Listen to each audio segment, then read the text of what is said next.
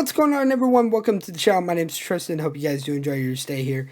Today, guys, I'm bringing you the best settings you need to have in Black Ops 7 in order to beat Christmas noobs, to have fun, to get camos, to rank up, and get crazy gameplays, whatever it is that you like doing on Black Ops 7. So, before we get into it, guys, if you could please leave a like on the video, as well as subscribe to the channel, that'd be awesome. And, of course, guys, if you could, hit the notification bell to make sure you catch up with every video that I upload here on the channel. And let's get to it. Now, first off, guys, for the controller settings, I have my button and layout presets at default. I don't change them, I don't flip them, I don't do any of that stuff. For me, I'm an old school Call of Duty player, and for me, this just works best. For horizontal stick sensitivity, I have both that and vertical at 1.85. I would recommend, though, if you're somebody who wants to have, more tight movement and tight aim, to definitely lower it to probably like a 1.5, maybe a 1.6. For me, I feel like that's going to be the sweet spot. Now, as far as control presets, bumper pings, any of that, I always have those off. For me, I never have those on whatsoever. Controller vibration, you absolutely want to have turned off across the board. And then dead zone inputs are a really big thing in Black Ops 7. I've talked about it many times here on the channel. You probably have heard other creators talk about it. Dead zone inputs, really, really important in this game. Now, for left stick minimum, I have it at a 2. For left stick max, I have it at a 70. For right stick minimum, I have it at a 4. And the right stick max, I have it at a 99. I'm probably going to move this up a little bit to about a 79, maybe an 80, just because I feel like that's going to make it a lot better, but that's what I would do. Now, for aiming, we're not really going to change much here besides the aim down sights sensitivity multiplier and the focus one as well. Those are going to be 0.07s instead of just defaulted at 1. And the reason for this is that it's going to basically set the stick sensitivity while you're aiming down sight, and also for when you're focusing to steady your aim, which means better across the board for aiming. Now, look inversion, we're not changing anything with that. We are going to have target aim assist on, and then when it comes to aiming advanced settings, I'm going to kind of talk you guys' ears off a little bit. I apologize. But for sensitivity transition timing, you want to have this at instant. For third-person ADS, you want to have it at assist, which is basically going to correct your aim and prioritize keeping it in, the direction of other players. And then for aim response curve type, you want to have this at dynamic. This is going to be for more experienced players, fast starting movement, and that slows down to the aiming rate. And this reverse, your S-curve mapping. And what that's referring to is this, your aim response curve slope scale. Now, for me, I had this at a 0, right? And that is what you need to do in order to have essentially like no recoil, right? I find that there's so much gun kick in this game that when you have that slope just eliminated, it's so much better across the board. And so that is something I would recommend doing. For movement, when it comes down to it, for sprint assist, mantle assist, and crouch assist, we're going to keep mantle and crouch off, but sprint assist on. And you're going to keep both sprint assist sideways and backwards on. You're not going to have any delay as well. And then corner slice, you do want to have on. That is just a really big thing across the board. It doesn't affect your aim as well. So you can choose whether or not you want to have it. But for me, I like having it. Then for movement behaviors, when it comes to sliding or diving, you want to have it at slide only.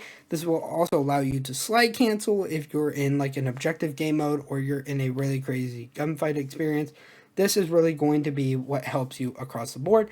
Airborne mantle, sprint restore, and slide maintain sprint. Keep those on as well. These other stuff here, you're not really going to need to worry about too much across the board. With movement behavior, I would keep the sprint or tactical sprint at a toggle, sprinting door bash on. These other stuff here, I wouldn't really worry about too much either. And then lastly, guys, for the combat, everything here that you guys see in combat behaviors, I would keep as is. But instead of toggling to aim down sight, you want to hold. And that's always just kind of how it's been in Call of Duty. So it is what it is. And then for combat event settings, we'll just kind of go over this. There's not really much that you want to change here at all. As you can see, I've really not changed anything whatsoever. So there is that. Now, getting into the display, I play on an Xbox One, so I don't have a lot of the same display features that people on PC or PlayStation 5 or PlayStation 4 or the Xbox Series consoles have. But for me, I play at a brightness of 60%, which for me is perfectly fine. I normally was doing 50. I decided to move it up to 60 just because I wanted to see if it'd be better for me. And so far, it really has. For quality, you want to have world motion blur, weapon motion blur, and depth of field off. You want to have Fidelity FX cast turned on, which is going to enhance the sharpness of scene rendering. It's going to make the map look so much cleaner, nicer, smoother, feel more premium, and across the board, just a better experience for you in game. And I have that strength at 80, and then on-demand texture streaming, this is actually something that I've turned on for the first time, and I'm going to tell you, turning this on and actually having it optimized, oh my lord, where have I been? I would say that absolutely. The allocated texture cache size I have is set at large. Normally it's set at auto, but for me, large is what I like. I don't have any download limits for this. And then let's get into the view. Now for field of view, I have it at 115. I normally was using around 80 to 85, but I decided to jack it up to 105 and then 110, and I found that that sweet spot, 110, 115, actually works out very, very well. For ADS field of view, I have it at affected. Now, for me personally, this is going to bring it to a value closer to the field of view setting, so it's going to feel in line with your FOV. And then also for weapon field of view, I have it at wide, which means that your weapon is going to look smaller versus intended or bigger. Third person field of view is at 90, not really, much that you can do on this one. And then for the camera, you want to have first person and third person camera movement at least or 50%, and then third person ADS transition at third person ADS. Now, when it comes to audio, guys, there's a couple different things here that I want to point out. First off, for volume chat, for voice chat volume, I have it at 50%. I have proximity, body shield chat on, and then also at the same time, I have just game chat voice for all the lobby, voice chat output to my headset. And then we'll also kind of talk about the other things such as microphone levels, communication presets. These things you don't really need to change. But across the board, this is what I personally like as a voice system out there.